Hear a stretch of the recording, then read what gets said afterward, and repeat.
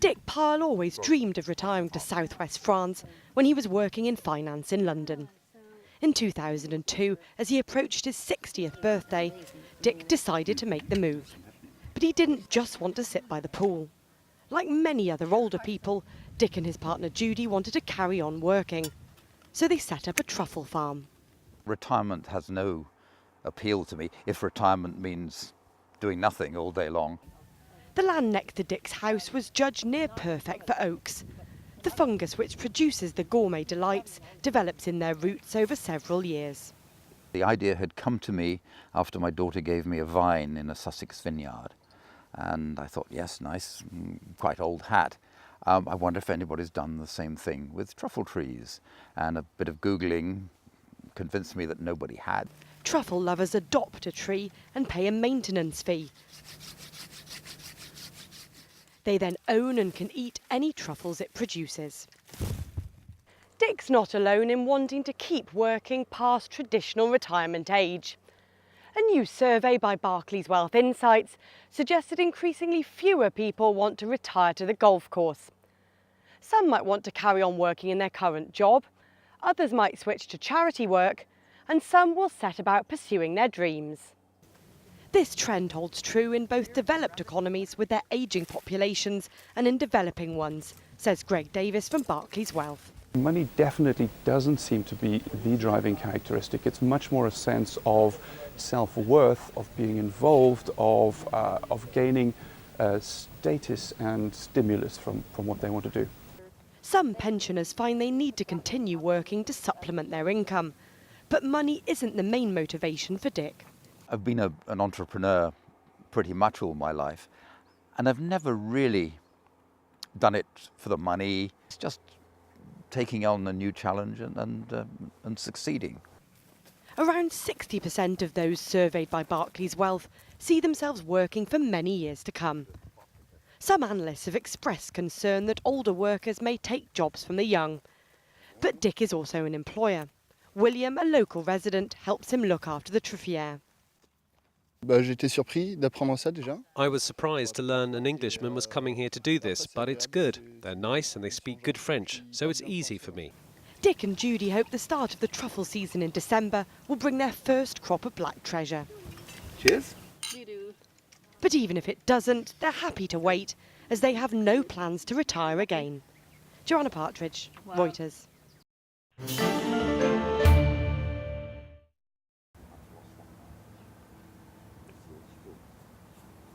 Remnants of leaf on it, but it's not looking terribly well.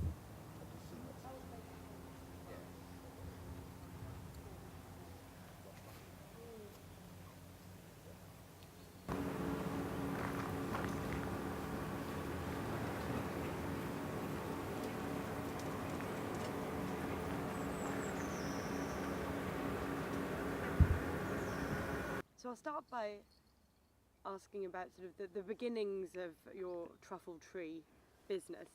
How did that come about? How did you originally come up with the idea? Well, the first thing that happened was that I decided to move to France. Something that I'd been thinking of. I hate to use the word planning, and I don't really plan, but I'd been reckoning I would retire to France for most of my life. I then was involved in Hilaire Restaurant, and once we'd sold that in July 2001, there was nothing stopping me moving away. I came down fairly quickly to France to look at houses. And all the time I had been thinking about a truffle business. The idea had come to me after my daughter gave me a vine in a Sussex vineyard. And I thought, yes, nice, quite old hat. I wonder if anybody's done the same thing with truffle trees. And a bit of Googling convinced me that nobody had. So I thought, well, I think I would like to be the first. So every house I looked at, I always had this in the back of my mind, that is there a piece of land suitable for a truffière? And then when you found this place and you obviously had the land tested, so how did it work with setting up the truffière? Yeah, the testing was fantastic. The report came back almost perfect. and they actually told you what to do to make it perfect, which was even better. I had phosphorus, potassium, and quite a lot of manure. We started work just after the report came in, really, I guess, in sort of September, October 2002, with ploughing in the manure. We then added the minerals, we fenced it, and by very early April 2003, we were ready to plant our first tree. And now that the trees have been established for a few years, how does the adopt a tree business work? And Right. how many people have done so? We have, I think, I'm right in saying 753 trees as of today have been adopted by owners in 37 different countries. They are predominantly in the UK and the US, more than 80% together in those two territories. So the other 20% or so is spread over another 35 countries. When you adopt a tree in a 4 by 5 meter plot. So you have 20 square meters of land around your tree, and all the truffles that are found in that plot belong to the adopter of the tree. Very simple. You haven't found any truffles yet, but how long do you think it might be before they Well, we're very much hoping that we'll have some this year, this season, starting, say, in mid-December. The oldest trees will by then be 7, which is, an age where one can reasonably expect to have a truffle or two. We certainly aim to look pretty hard this year, maybe search 3 or 4 times throughout the season, just to make sure that when they are ripe, we find them. And the truffle tree isn't the only business you have here. Sort of, what other business interests do you have here? No, I really only have one other interest now. This is a small retail wine business. I sell almost entirely, I think 80%, to expatriates out here. I started off selling the wines of just one winemaker, and have gradually added to the portfolio, and I've now gone as far afield as Navarre, which is just over the Pyrenees from here, and to me is much more a local area than, say, Burgundy or Champagne, because we share very common roots of the Basque country and the Pyrenean sort of link. I was wondering, do you want me to talk widely about your retirement, if I can put it that way, here in France? When you made the decision to sort of leave the UK and come to France, did you see it as the beginning of your retirement or just the beginning of another phase in your life? Very much another phase. Retirement has no appeal to me. If retirement means doing nothing all day long, I've been an entrepreneur pretty much all my life, and I've never really done it for the money. It's very much for the interest and the challenge and the achievement is what has driven me.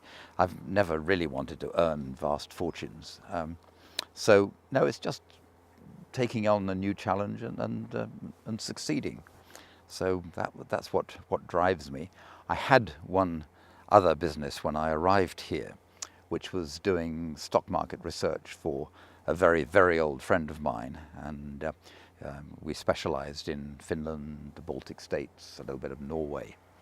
But sadly, he died about 6 months ago after a very short battle with cancer, and so that has come to an end.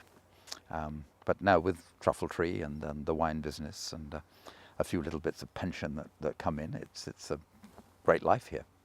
Very, very cheap to live compared to the UK. And I mean, if you don't mind me asking, do you have a pension that you could live off here, or do you feel that you have to supplement it? Yes, I could, I think, with a bit of penny pinching, live off the pensions. There's quite a few of them, really, I've amassed during my time. It will be enough to live on, but Truffle Tree and the wine business just make it that little bit more comfortable. But I think from what you were saying earlier, it's the sort of supplementary income isn't the main driver. No, not at all. Not at all. No. It's No, for it's for the fun and the challenge. And Truffle Tree is about fun, I hope, for everybody, for me and for the people who adopt the tree and come and visit it. That's perhaps the most fun time. We now have lots of visitors who come and see their tree. We have several people who come every year to see their tree and spend sort of between 2 and 7 days staying with us. And many of them have now become quite close friends. And initially, I understand you hoped that you might be able to pass the business on to your children when you're sort of no longer active in it. Do you see that happening? Have you managed to convince them? Well, I don't know. It's difficult. I think in both of my children, one partner wants to, and the other is not so keen. But we shall see. I've got many years of activity ahead of me. I fervently hope. I've always been a keen sportsman, and I've kept relatively fit, and I haven't been ill for years and years and years. So I can see me carrying on as I do now for another 15 or 20 years at least. And the sort of Barclays Wealth report suggests that you're part of a wider trend, if you like, to people sort of maybe giving up more formal employment but continuing to work well past sort of traditional retirement age. From your point of view, can you understand why, sort of how this trend has come about? Absolutely, absolutely. I've not had much experience of formal employment. Most of even my employed periods have been fairly informal. Certainly my current businesses are. It's just wonderful to be absolutely free to take each day as it comes. If it's sunny, I can find some jobs to do in the truffière. If it's pouring down with rain, I can stay inside, do a little bit of marketing and a bit of admin. It's a perfect mix of lifestyles. You know, you have an active day followed by a fairly inactive day, and to match that, the wonderful social life in the rest of the time when I'm not working. We have a great crowd of people here in Legers. Quite a high proportion of my friends, a little sadly, are English or English speaking, but we have quite a few very good close French friends as well. Lovely. On that note, I think we'll leave the interview bit. Truthfully, and photography is still my sole preserve. I do all of the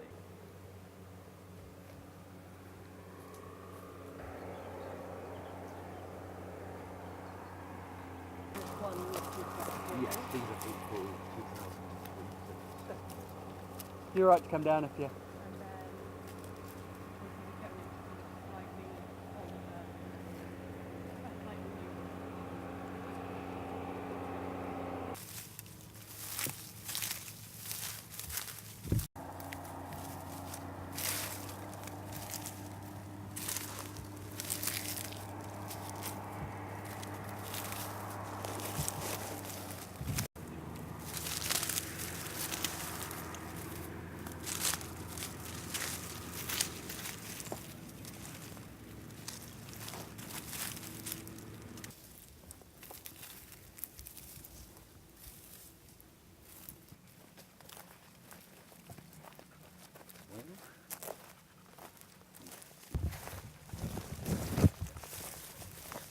Peut-être les branches les plus bas, oui. C'est ça, et peut-être ça aussi.